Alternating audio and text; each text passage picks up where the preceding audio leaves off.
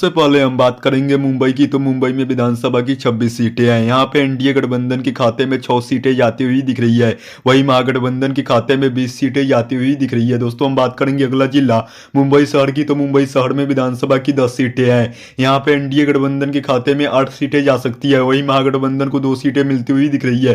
दोस्तों बता दें कि मुंबई शहर में एनडीए गठबंधन काफी मजबूत है, इसलिए एनडीए गठबंधन को मुंबई शहर में इस बार 8 सीटें मिल सकती है 10 में से। वहीं महागठबंधन को 2 सीटें मिलती हुई दिख रही है। दोस्तों हम बात करेंगे अगला जिला पुणे की। तो पुणे में विधानसभा की 21 सीटें हैं। यहाँ पे एनडीए गठबंधन को 14 सीटें मिलती हुई दिख रही है। वहीं महागठबंधन के खाते में 7 सीटें जाती हुई दिख रही है। दोस्तों हम बात करेंगे अगला जिला ठाणे की। तो ठाणे में विधानसभा की 18 सीटें हैं। यहाँ पे एनडीए गठबंधन के खाते में 8 सीटें जा सकती है। वहीं महागठबंधन को 10 सीटें मिलती हुई दिख रही है। दोस्तों हम बात करेंगे अगला जिला नासिक की। तो नासिक में विधानसभा की 15 सीटें हैं। यहाँ पे एनडीए गठबंधन के खाते में 5 सीटें जाती हुई दिख रही है। वहीं महागठबंधन को 10 सीटें मिलती हुई दिख रही है। दोस्तों हमारी गणना महाराष्ट्र के 90 विधानसभा सीटों की हो गई है, जिसमें एनडीए गठबंधन के खाते में 41 सीटें जाती हुई दिख रही है। वही दोस्तों महागठबंधन को 49 सीटें मिलती हुई दिख रही है। वही दोस्तों अदर पार्टियों को अभी तक एक भी सीट मिलती हुई नहीं दिख रही है।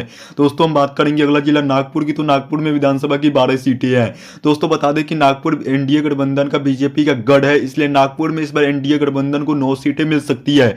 वही महागठबंधन को 3 सीटें मिलती हुई दिख रही है। दोस्तों हम बात करेंगे अगला जिला अहल्यानगर की। तो अहल्यानगर में विधानसभा की 12 सीटें हैं। यहाँ पे एनडीए गठबंधन के खाते में 8 सीटें जा सकती है। वहीं महागठबंधन को 4 सीटें मिलती हुई दिख रही है। दोस्तों हम बात करेंगे अगला जिला जलगांव की। तो जलगांव में विधानसभा की 11 सीटें हैं। यहाँ पे एनडीए गठबंधन के खाते में 4 सीटें जा सकती है।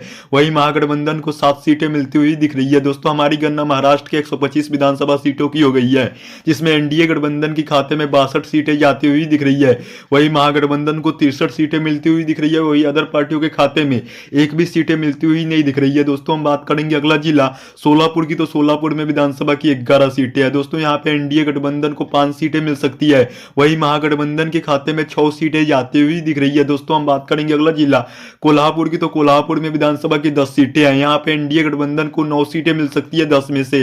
वहीं महागठबंधन को 1 सीटें मिलती हुई दिख रही है। दोस्तों माना जा रहा है कि कोल्हापुर में एनडीए गठबंधन काफी मजबूत है, इसलिए एनडीए गठबंधन को 10 में से 9 सीटें मिलती हुई दिख रही है। वहीं महागठबंधन को मात्र 1 सीट लेकर संतोष कर जाना होगा। दोस्तों हम बात करेंगे अगला जिला छत्रपति संभाजी नगर की। तो छत्रपति संभाजी नगर में विधानसभा की 9 सीटें हैं। यहाँ पे एनडीए गठबंधन के खाते में 2 सीटें मिलती हुई दिख रही है। वहीं महागठबंधन को 7 सीटें मिल सकती है।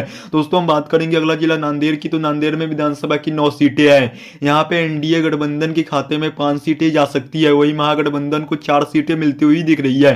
दोस्तों हम बात करेंगे अगला जिला अमरावती की। तो अमरावती में विधानसभा की 8 सीटें हैं। दोस्तों बता दें कि अमरावती में लड़ाई एनडीए वर्सेस महागठबंधन के बीच कांटे की टक्कर की है, इसलिए अमरावती में एनडीए और महागठबंधन को 8 में से 4-4 सीटें मिलती हुई दिख रही है। दोस्तों हम बात करेंगे अगला जिला सांगली की। तो सांगली में विधानसभा की 8 सीटें हैं। यहाँ पे एनडीए गठबंधन को 1 सीटें मिल सकती है।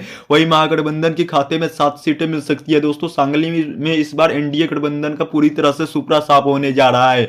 दोस्तों हमारी गणना महाराष्ट्र के 180 विधानसभा सीटों की हो गई है, जिसमें एनडीए गठबंधन के खाते में 88 सीटें जाती हुई दिख रही है। वही महागठबंधन को 92 सीटें मिलती हुई दिख रही है। वही अदर पार्टियों के खाते में अभी तक एक भी सीट मिलती हुई नहीं दिख रही है। दोस्तों हम बात करेंगे अगला जिला सतारा की। तो सतारा में विधानसभा की 8 सीटें हैं। यहाँ पे एनडीए गठबंधन के खाते में 2 सीटें जाती हुई दिख रही है। वही महागठबंधन को 6 सीटें मिलती हुई दिख रही है। दोस्तों हम बात करेंगे अगला जिला बुल्ढाना की। तो बुल्ढाना में विधानसभा की 7 सीटें हैं। यहाँ पे एनडीए गठबंधन को 4 सीटें मिल सकती है। वही महागठबंधन के खाते में 3 सीटें जाती हुई दिख रही है। दोस्तों हम बात करेंगे अगला जिला धुले की। तो धुले में विधानसभा की 5 सीटें हैं। यहाँ पे एनडीए गठबंधन के खाते में 1 सीटें जाती हुई दिख रही है।